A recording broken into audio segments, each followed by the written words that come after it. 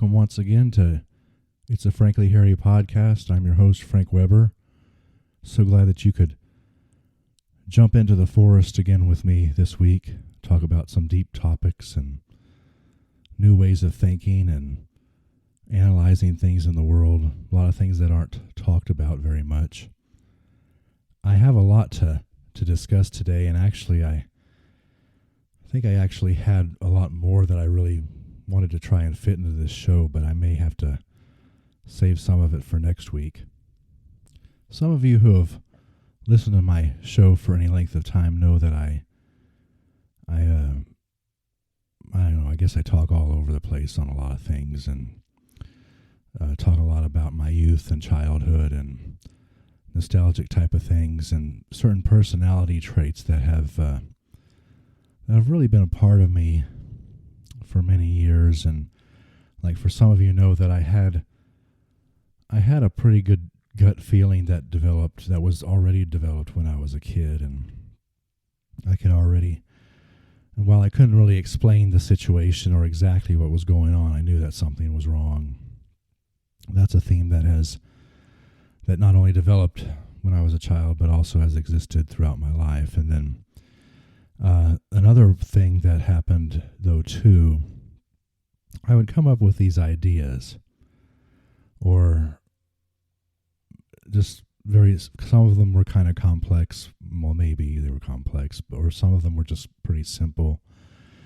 But I always had a hard time communicating them to other people, and they always sometimes would kind of look down on them or say they're wrong or incorrect or some such. And so to illustrate a couple of things before getting into the main topic, I have to give you some background. So last week, as you know, I was reminiscing on my early school days and early education in private school, the first 5 years of my life that went into second grade, and then I wound up in public school because life changed. And also from that year, of course, was not just talking about that class, but that particular teacher. I'm not going to give out her name or the school she worked at or where I was at the time, but I think she was probably in her early 30s at the time, and if I was able to go back in time as my 47-year-old self, I would say that she was attractive. But I don't know but she was very strict and maybe had some favorites. I didn't always understand how she worked, and now actually that I remember a little bit, when she would get angry, her face would turn really red, is what I remember. Maybe not quite beet red, but it was definitely flushed. And I actually over the years haven't known many people like that. But anyway, as a small example, because I don't remember about ideas, I'm talking about an example of ideas that were rejected, my ideas. And this is a forum, by the way, for my ideas, and I'm trying to pass them along to you, as you may have gathered. But I just remember a time in that class we were doing something, because you recall last week, she gave, I got in trouble for saying fart in front of a couple of girls, and it's not like I disrupted the class or anything, but I thought it was pretty harsh, right? But anyway, but on things that are a little bit more academic or for a grade, I do remember a time when we were doing some kind of word find puzzle, where you have a bunch of letters and you circle the word and everything. And I found the word fest, like F-E-S-T, which of course is short for festival. And of course in Austin, where we were, there was festivals like, there used to be a thing called Aquafest, which my mom said was really expensive, and that's why we never went or anything, but it sounded like a great time, and it had to do with water, and I thought it would be really cool, but now they don't have it anymore. So I'm saying, fest sounds like a shortened form of festival, so that should be an acceptable word. And of course, there's other uses for it now, too, like there's kind of this somewhat pejorative thing called sausage fest, which I think refers to guys because because we have a penis. I guess that's why they're saying it. But anyway, there's a word called fest out there, right? So I circled the word fest, and I don't remember all the details of this, but she's like saying, that's not a word. And I'm like, well, yes, it is a word because we have things like Aquafest or some other festival, something fest, this or that fest or whatever. And so anyway, that's just one of my earliest memories. I don't remember everything, but that's one of my earliest memories of having a simple idea. I mean, you certainly can disagree. I mean, I'm not going to make anybody agree, but that was one of the first examples of somebody rejecting a sort of maybe a marginal, but certainly outside the box sort of idea. And I have a lot of things that are outside the box for sure, but I mean, that may be a little unorthodox, a little, maybe even a little outrageous and absurd when you first hear them. But, that they provide great material for this show. And sometimes it's very humorous, and I like to share that with you. That's part of this show as well. But it's also, I think there's a deeper meaning, and I kind of wish and hope, and I mean even pray that people would, would kind of see where I'm coming from. If I could convince them of what I'm seeing, and maybe what they're not seeing at this time. So that's the main point of this show. And I wanted to give you, before we get into the story again, the main part, because I had like 2 or 3 main parts that we may have to, like I said, do in different weeks. But so yesterday, I went to my local gym here in Canyon, and I was just thinking about, so Canyon's kind of a small town next to a fairly large, I guess medium to maybe somewhat large town in Amarillo. It's growing, and then of course Lubbock is only about an hour and a half away, so there's some big places fairly nearby. But I was thinking just now, I try to play out this show in my head before I record it every week, and sometimes it doesn't go very well. I play it out in my head, and a lot of times that's not the way it actually turns out. But I was just thinking about, I don't know if people have tried to describe Canyon as sleepy, which I don't know, I don't know what that, they try to describe small towns in various ways, like sleepy, which, why is it considered sleepy? Everybody that I run into is awake, unless it's my wife or my dog or something. And then bedroom community, I don't know what that means either. I know there is a bed and breakfast in town. Close knit probably makes a little bit more sense. I mean, I think it's means kind of tight in terms of the community, but again, all those cliche terms I don't really understand. But anyway, so I was on my way to the gym, right? And I need to find a way to work out harder there now, because I feel like I go there and I do a lot of these same exercises, and not really building up much of a sweat anymore, which need to figure out why that is. I guess I've gotten too used to the exercise. Anyway, so when I go in the double doors to the place, great gym, nice couple owns it. So I go in, and on the left there's a counter. There's usually a young lady, college student, behind the counter who greets us and says hello, makes you feel welcome and everything. And then I take my little membership fob. That's a great word. That's a great English word, by the way, fob, F-O-B. My membership fob, and you put it on the fob reader to make sure that you're still paid up and your membership's okay. And, and the young lady usually says hello, and I say hi, and sometimes, occasionally, we might get into a little bit more conversation, but usually it's nothing too much. Just, I would ideally like to have just, friendly banter there. But anyway, But yesterday it was a little different. I didn't see the young lady behind the counter, but there was this young lady in front of the counter. A nice brunette and nice looking brunette. Had her gym garb on, like sleeveless shirt and shorts and everything.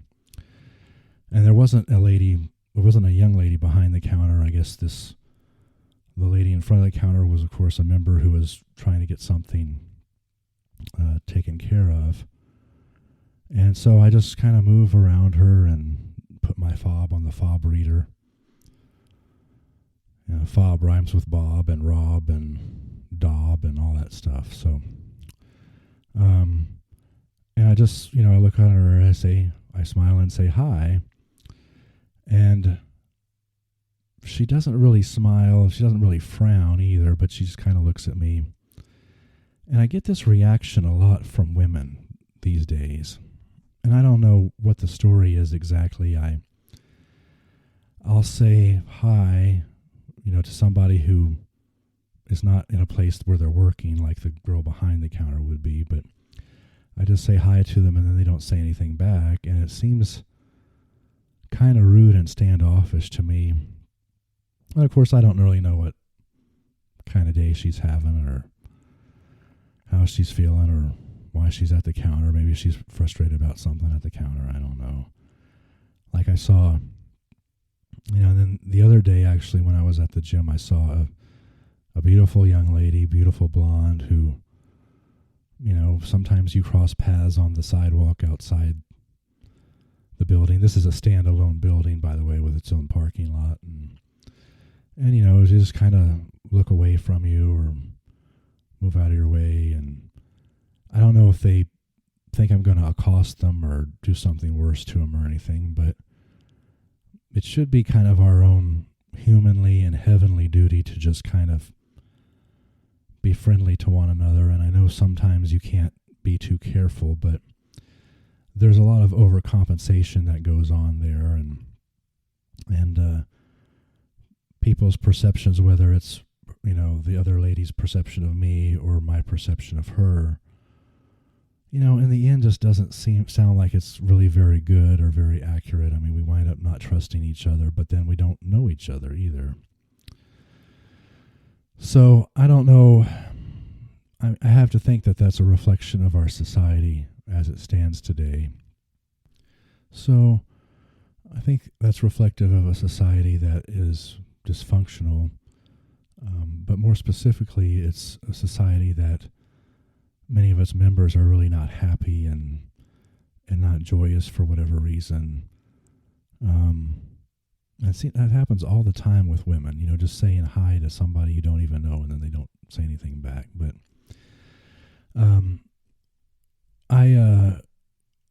in discussing this, I, of course, am going to talk about a topic that seems to be way off tangent, and doesn't make a lot of sense for this particular subject.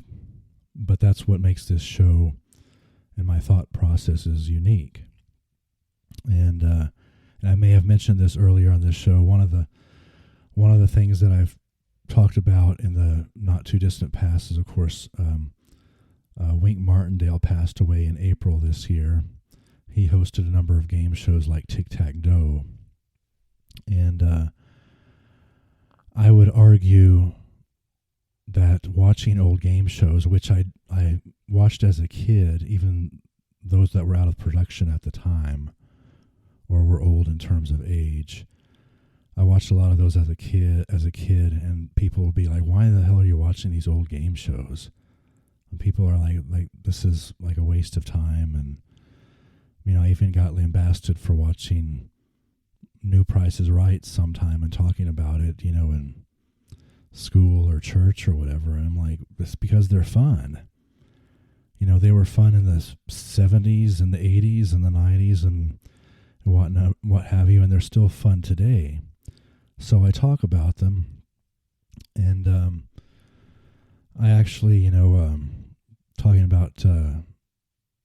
talk about these old game shows because they're a snapshot of humanity, which fundamentally is not really any different than it's ever been. But they are a snapshot of a different time.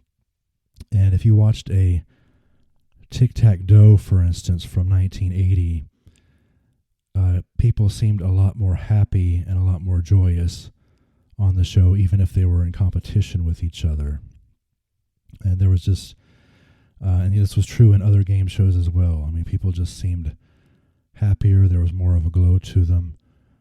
That snapshot tells you that, hey, something was different about people back then than it is now, even though people are fundamentally, I think, pretty much the same as I've told you, in my Bible studies and things of that nature. And I mean, I have to tell you a lot of stories, though, too, like USA Network. When I was a kid, when you're sick and home from school, USA Network, during the weekdays, they would have like a huge block of just old game shows that I think most all of them were not on TV anymore, not in production, but I would watch them, and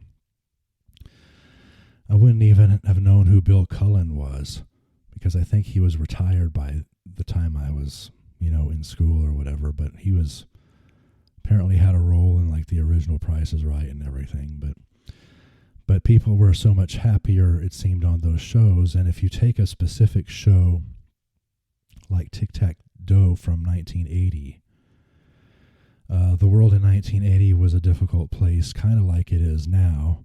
A little bit different, but it's still a difficult place because there was a lot of stagflation, and there was unemployment and high interest rates and hostages in Iran, and people, there were wars in the world, obviously, and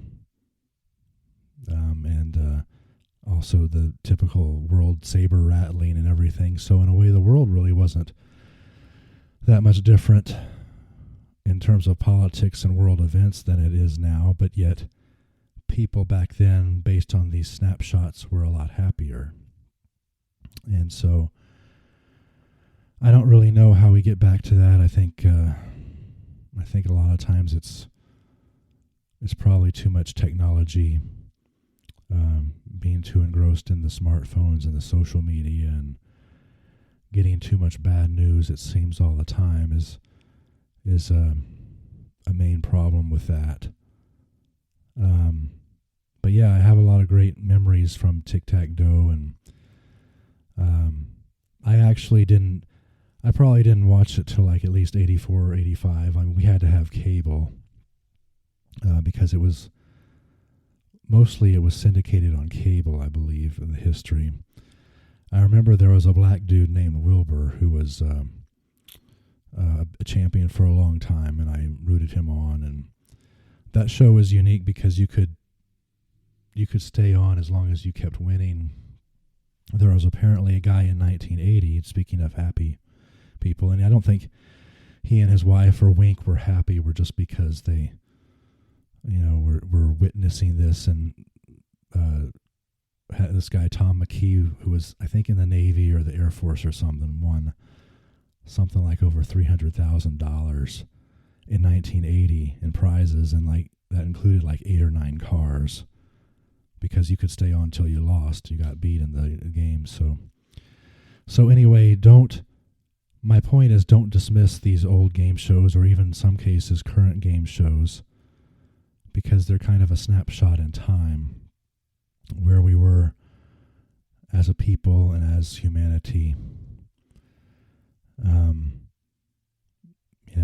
I kind of think a lot of the game shows now, especially new ones and actually, new incarnations of old ones, they have kind of a darker feel, like the set is kind of dark. I watched an old, although there were exceptions, I watched an old Press Your Luck from the 80s the other day, and that set was always dark. And apparently it was the forerunner of making these newer shows like kind of darker and scarier for some reason.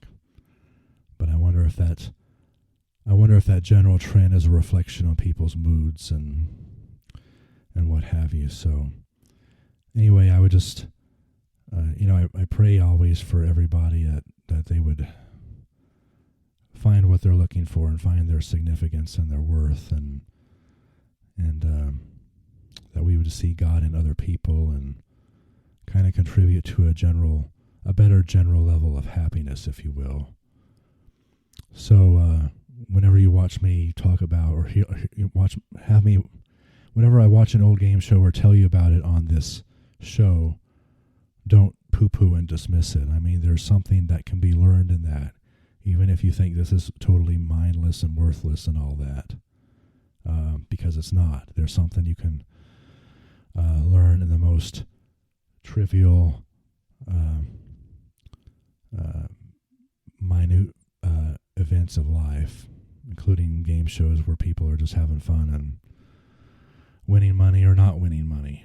So, and I should have said earlier, speaking of my gym, because I'm probably going to say this right, but you all know that the word gymnasium, the root gymno, it's like 99% certain that's a Latin word, gymnasium, but the root gymno means naked, because the idea is if you're going to go and work out and get sweaty, what would be the point of wearing clothes? Because they're just going to get, sweaty and smelly, and you're going to have to wash them again, and it'd be simpler if you only had to wash yourself, that sort of thing. But anyway, I bring that up as kind of a tangent to what I was just telling you about my experience yesterday.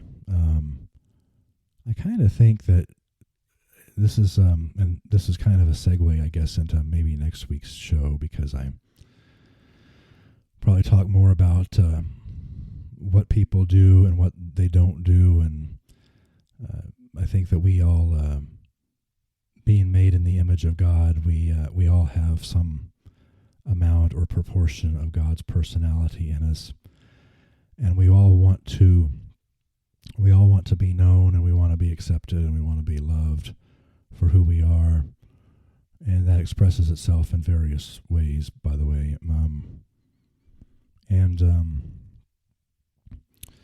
Some people maybe take it a little bit too far.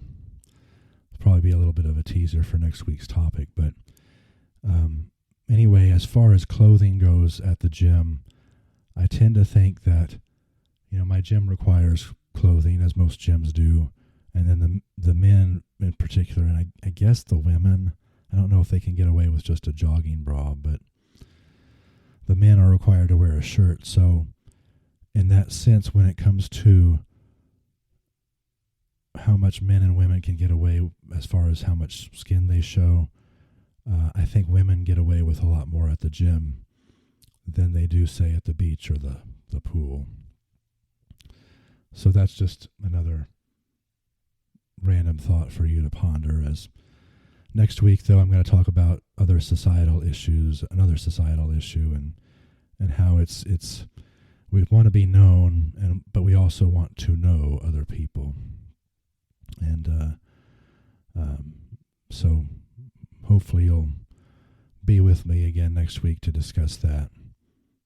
Hope I'm not scaring you off too much right now. Hope I'm not rambling too much, but there's a couple of other things I wanted to go over real quick before we call it a show this week.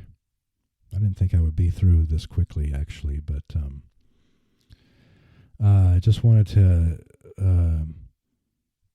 I always give a shout out to like pop culture and people who have passed away, sometimes very suddenly and very tragically and wrongly. It's possible, by the way, that I have a friend, Jeffrey Hayes, who's probably listening today, who seems to be on top of a lot of news a lot faster than I am. So yesterday on the news, I found that the actor who did the voice of John Redcorn on King of the Hill, a very popular adult cartoon from, about 20 years ago? It was on for like 13, 14 years, and then supposedly they made a new one that went to streaming, and because it's on streaming, I didn't get it or whatever, but where like Bobby is grown up or something like that. But the actor who played John Redcorn and apparently was shot and killed in San Antonio as part of, I don't know if the guy that was illegal or something who shot him, but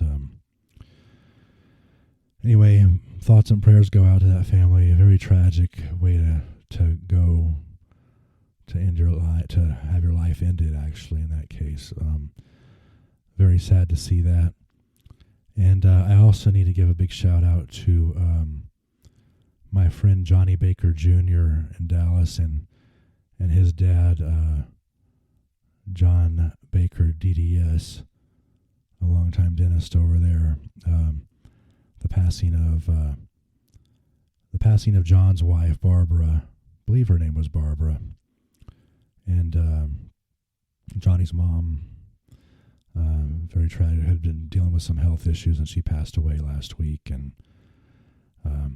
obviously I wanted to give a shout out and condolences to him. I've been in a little bit of contact with him, and so anyway, just wanted to mention those things before we go on this show. Life is short, and sometimes it's tragic, and hopefully we can all go out and make the best of it, make it all count. And I think that's why I think a lot of reasons that's why I do this show,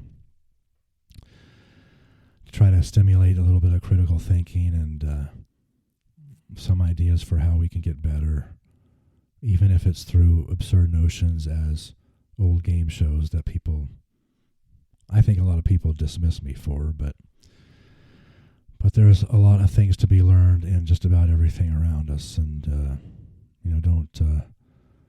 don't minimize anything, don't take it for granted, is really the main message there. So anyway, I'll call it a show here.